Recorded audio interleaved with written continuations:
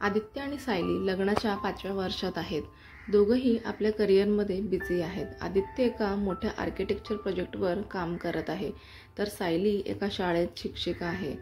सकाळी दोघेही घाईघाईत नाश्ता करतात. सायली आदित्यसाठी चहा ठेवते, पण तो फोनवर बिझी असतो आणि न बोलताच निघून जातो. सायली हळूच खिडकीतून त्याच्याकडे पाहते, पण तो तिच्याकडे न बघताच गाडी चालवून निघून जातो. सायली संध्याकाळी घरी येते, थोडी थकलेली. आदित्य आधीच घरी असतो, पण तो लॅपटॉपवर काम करत असतो. सायली, आज ऑफिसमध्ये कसं होतं? आदित्य डोळे न उचलताच तिला म्हणतो, नेहमीसारखं खूप काम आहे. सायली काही वेळ त्याच्याकडे बघते, पण तो तिच्याकडे लक्ष देत नाही. ती हळूच आत जाते. एका रात्री सायली जुन्या अल्बममधील फोटो पाहते. त्यांच्या प्रेमाच्या सुरुवातीच्या दिवसांचे फोटो, कॉलेजमधले हसरे चेहरे, पहिली भेट, पहिला प्रवास. तिला जाणवतं की आता सगळं बदललं आहे. ती हळूच झोपलेल्या आदित्यकडे पाहते आणि मनात विचार येतो, आपण पूर्वीसारखे होऊ शकतो का? सायली दुसऱ्या दिवशी ठरवते की काहीतरी बदलायला हवं. ती आदित्यसाठी त्याचा आवडता डिनर बनवते.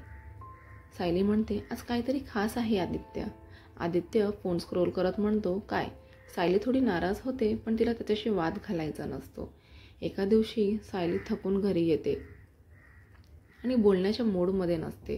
तिच्या चेहऱ्यावरचा उदासपणा आदित्यला जाणवतो. तो पहिल्यांदाच विचारात पडतो, सायली बदलली आहे, ती शांत का झाली? त्याच रात्री तो तिच्या डायरीत एक नोट बघतो. कधी कधी वाटतं आदित्य पुन्हा पूर्वीसारखा बोलायला लागेल, सरप्राईज देईल, मला हसवेल, पण बहुतेक मीच काहीतरी चुकवत आहे.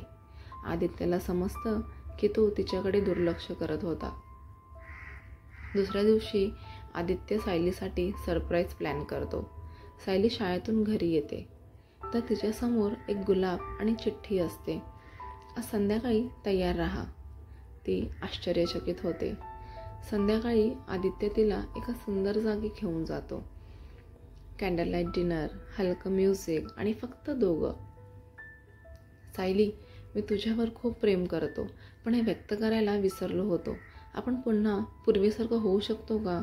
सायलीच्या डोळ्यात आनंदाचे अश्रू येतात. मी फक्त तुझ्या वेळेची वाट पाहत होते आदित्य.